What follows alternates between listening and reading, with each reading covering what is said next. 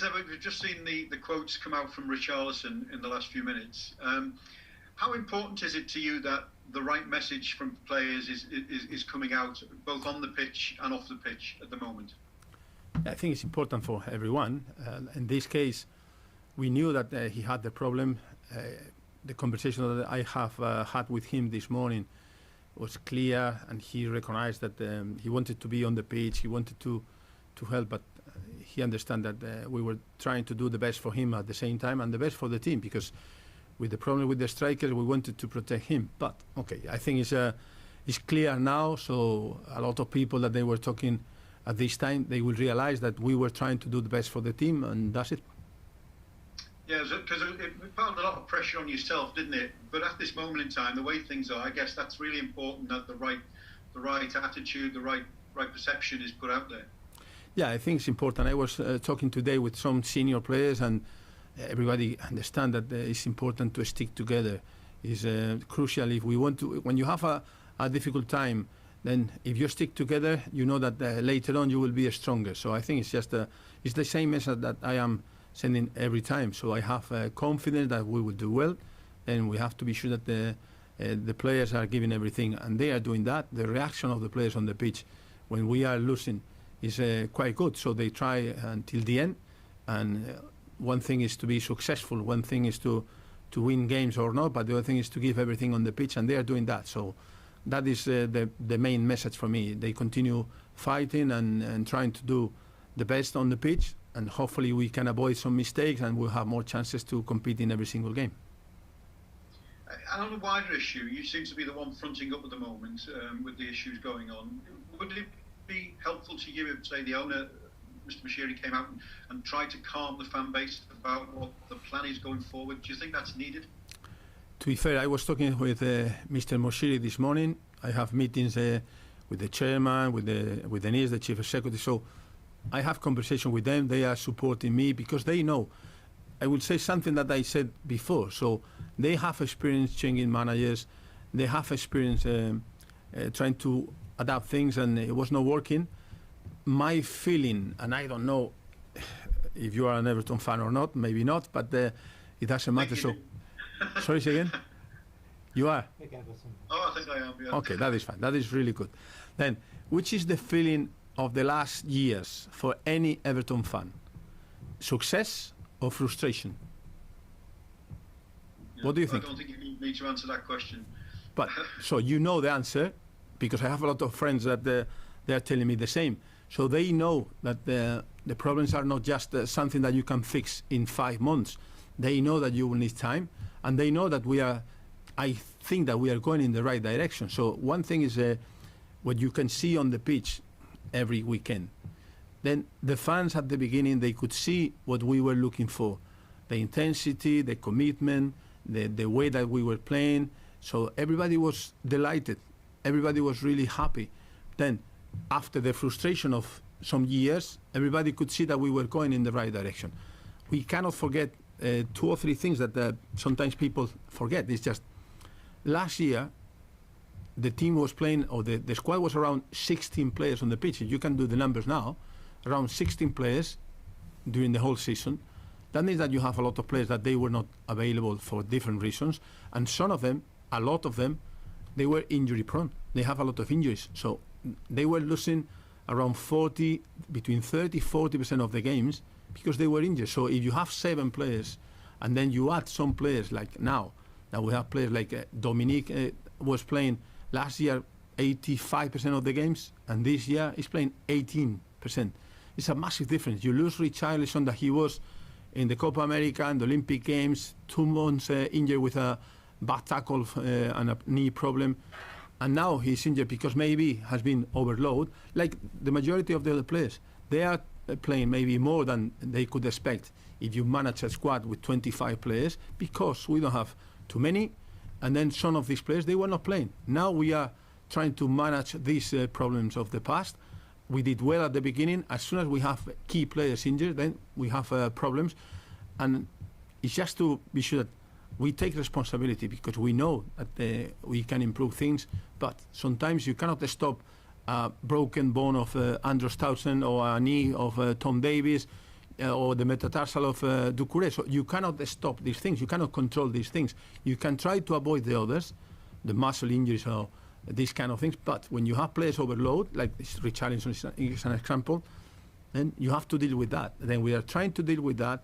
We will go to January. We'll try to improve the squad in terms of positions and names, and hopefully we can do well. And I'm sure that we will be much better in the second part of the league. If you have Dominique calvert-lewin for 3-4 months fit, I'm sure that the team will be higher in the table and the fans will be happy at the end. Yeah, you found the job bigger than what you thought from the outside? Now you've had 5-6 months.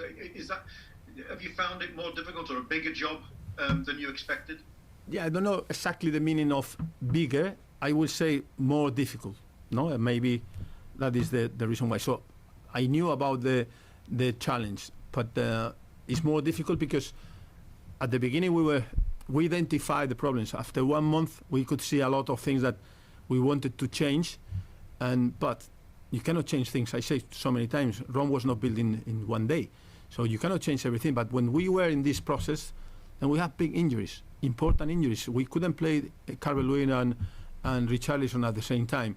Then we lost Doucouré when he was doing really well, Jerry Mina, so we're losing key players in the spine of the team, and we are bringing back players, but still we are overloading the others. So then that is the reason why on the pitch you can see sometimes that the team is not doing exactly what we are expecting.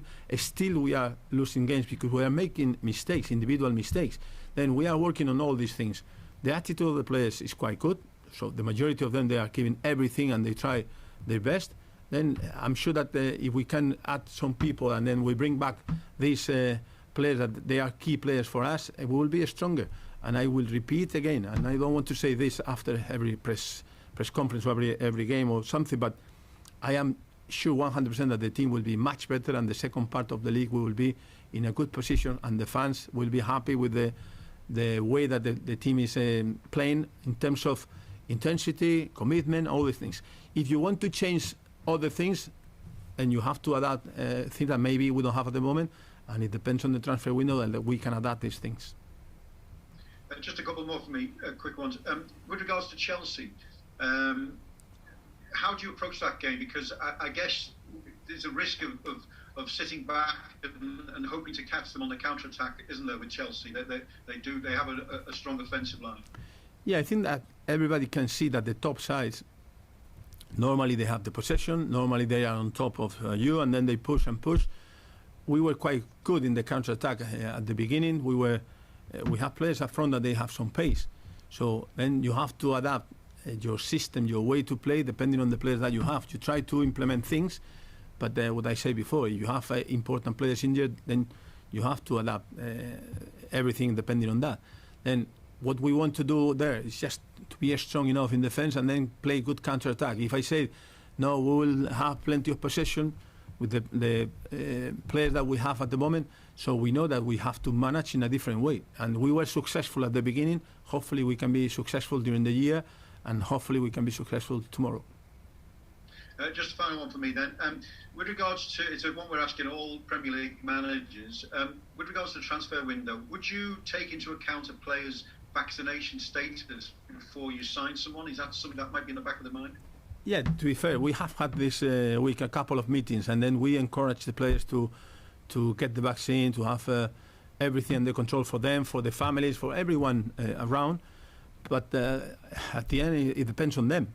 Then if you see a player, if you like a player, you will try to give the same advice, but it's up to him. So, but we will continue encouraging the players to get the vaccines. Thanks, Rafa. Good luck. Thank you. Thanks, Alan. We'll go to Ivan Gaskell, please, at Premier League Productions. Hi, Rafa. Nice to see you. Hi. Nice to see you. Just really on your current situation, just to elaborate, really. So obviously, I don't really need to throw the stats at you, but I'm going to anyway. 7 defeats in 9, 14th, injuries mounting up. I wonder how the current situation at a big club like Everton, how that challenge compares to any other you've faced, and you've got lots of experience to draw on, and how do you use that experience now? Yeah, to be fair, I will say to you that because I have a lot of experience in different countries and different situations. So don't forget that I was promoting with teams, trying to avoid the relegation with others, and then winning trophies with others. So I have been in all the possible situations that you can think. And then the best way to do that is just to, what I did today again. So talk with senior players, talk with your staff, analyze everything that you are doing, and try to make the right decisions. When at the beginning of the season, when we were doing so well, I was telling my staff, we are doing every single decision right. The team selection, the system, the substitutions, everything was right. Now, when you have less options, sometimes you have to consider what is available for you, and then if 3 different people has 3 different opinions, means that something is wrong. Because if you have Messi, nobody would say, oh, Messi's on the bench, okay, play Messi. Everybody will know that you have to play Messi. But when you have different opinions and everybody is right, means that we have to consider that it's a little bit difficult, and then we need to just keep working hard, trying to be sure that we make less mistakes than as usual. Sounds like you need to sign Messi. Could be. I don't know if we can pay the wages. Just on, I think what you were saying to Alan just a moment ago, it struck me that what you were saying to the fans is patience, and as we all know, it's in short supply. How do you convey that message and take the fans with you in the next couple of months where things are obviously tricky?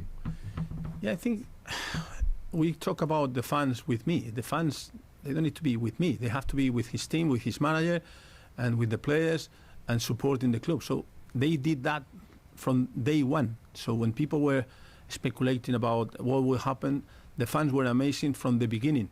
So every single game we had the fans behind, and when we were conceding, the fans were supporting the team, reacting, and then enjoying at the end because we were winning. So that is what I am saying all the time. This is or these are the things that we are looking for. This is the environment that we want every single game, and it depends on us on the pitch, and it depends on them in the stands supporting the team. I think that is very clear, and the fans, the majority of the fans, they know that.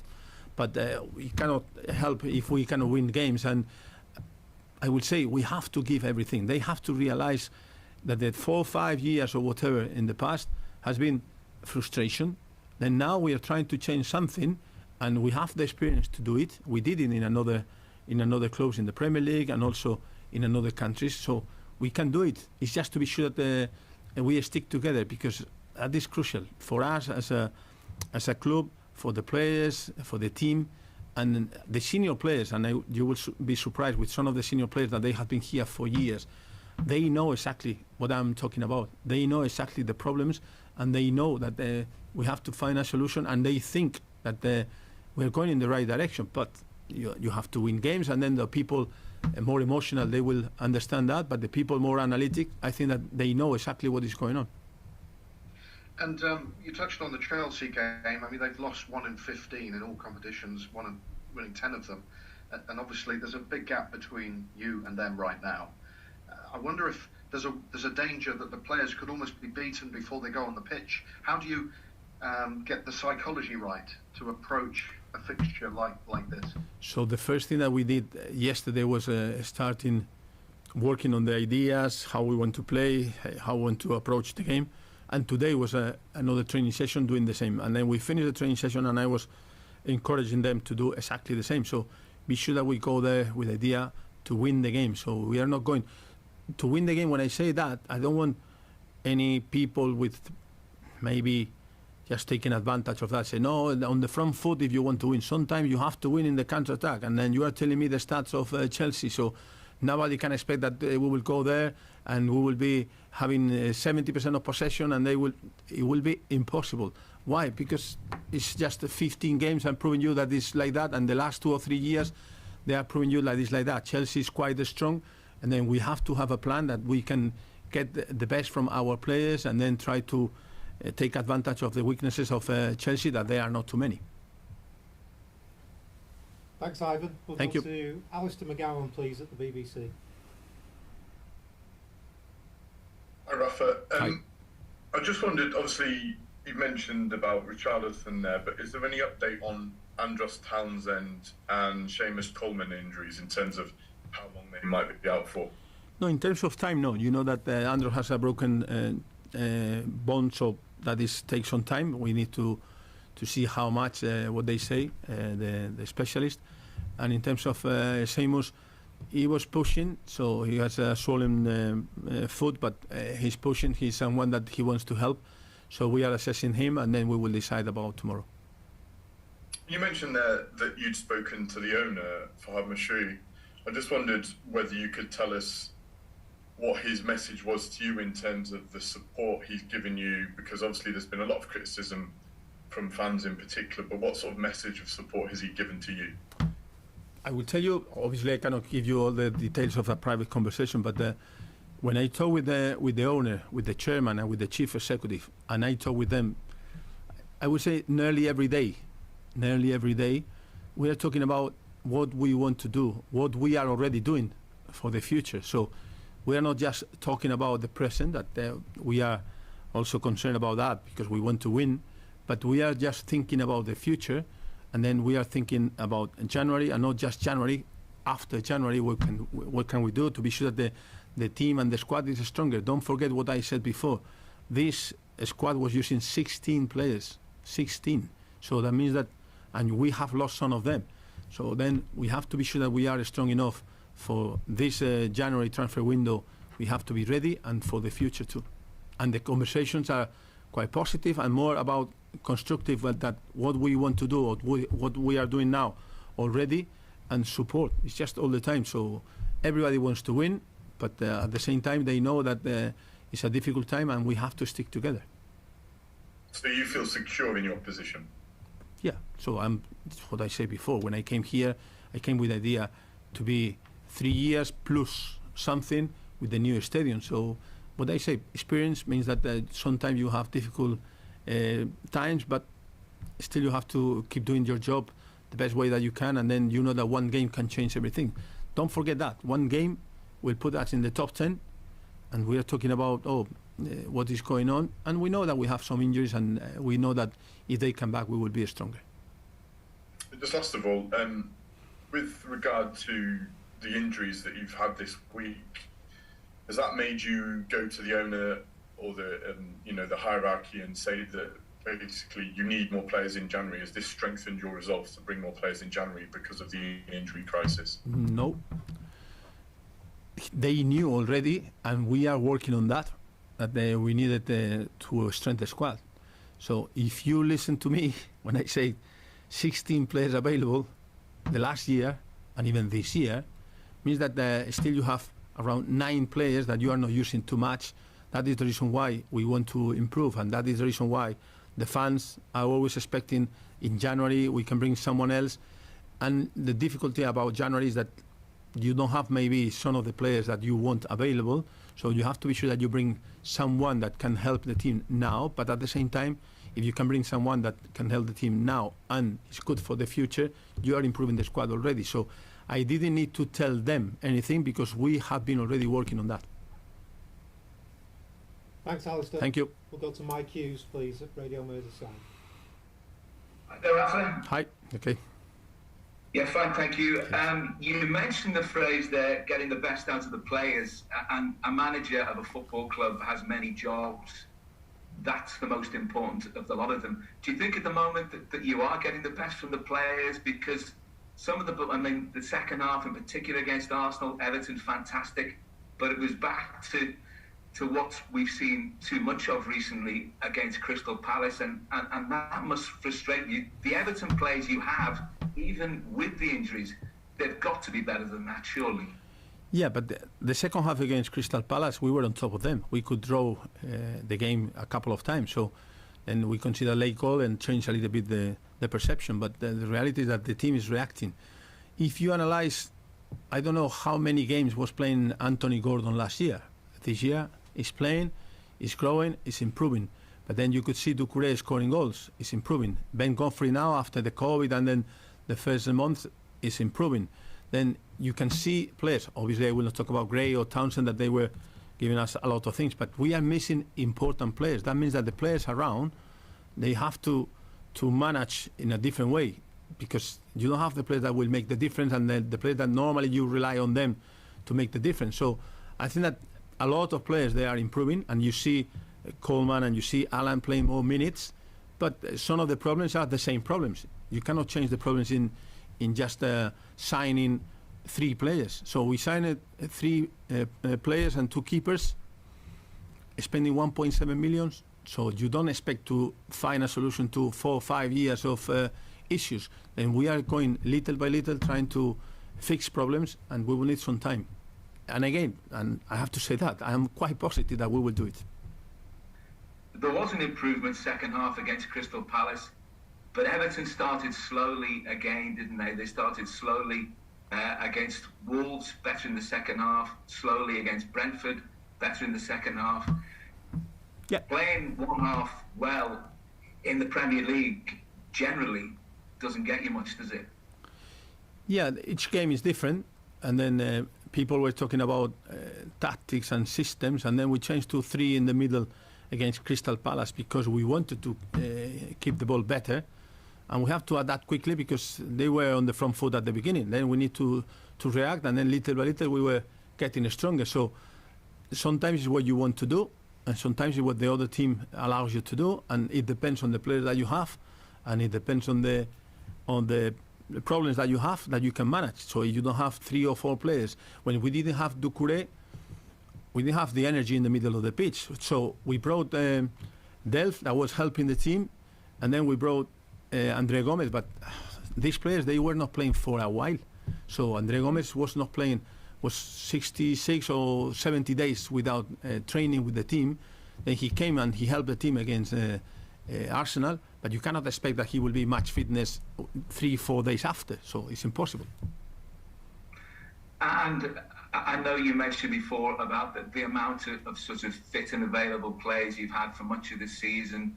The injury problems recently sort of exacerbate that problem. Is it possibly time now to reintegrate Luca Digne into the squad? I know he hasn't had the best of times himself, and he's had injuries, but he's experienced. He's a natural left footer, playing in a position where having a natural left footer there can be advantageous. Is it time now maybe to kiss and make up? I cannot agree more than with you than that. Lucas Digne is a good player. He was an important player for us. And then yesterday we did a training session and he was in the 11 starters. And today he said that he was ill and then he's not available for tomorrow. Thanks, Mike. Thank you. We'll go to Carl Markham, please. Hi, Rafa. I'll keep it brief. Just on the other 2, Dominic Calvert-Lewin and Alan, what are where are we with those in terms of recoveries? 5 minutes ago, before to start the press conference, I met Dominic, and he was quite positive. He was training well. So he's getting really, really close now. With him, the only issue is that to be sure that we don't take too much risk because he has had 2 re-injuries. So then we want to be sure that he's 100% fit, and then he will be, as I said before, hopefully he will be a crucial player for us in the second part of the league. So it's very close, and then I think we will see him soon. And in terms of Alan, he has been training, so it's okay. So we have to also keep an eye on him, but he has been training today. It was a light training session, to be fair, but he could train. And I would say in his favor that it doesn't matter that if he has any issues. The last game against Arsenal, he was the last 10-15 minutes playing with his adductor and then with problems, and then he was playing and he wants to help, so he's quite positive. And he told me also this morning that he's ready to help the team, and if I need him, he will be available because he's a warrior, he's a fighter.